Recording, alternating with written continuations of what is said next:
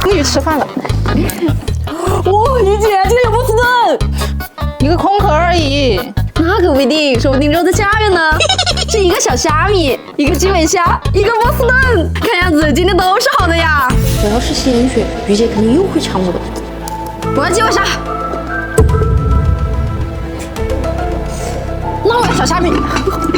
是好的，是好的，是好的，怎么可能啊？这么多小虾米，你发财了！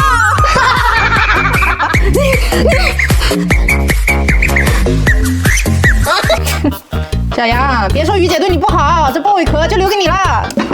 那个肯定是鸡屁股，鸡屁股，鸡屁股，鸡屁股，鸡屁股，鸡屁股。看样子那虾米还是太小了，都塞不住你的牙缝。是好的。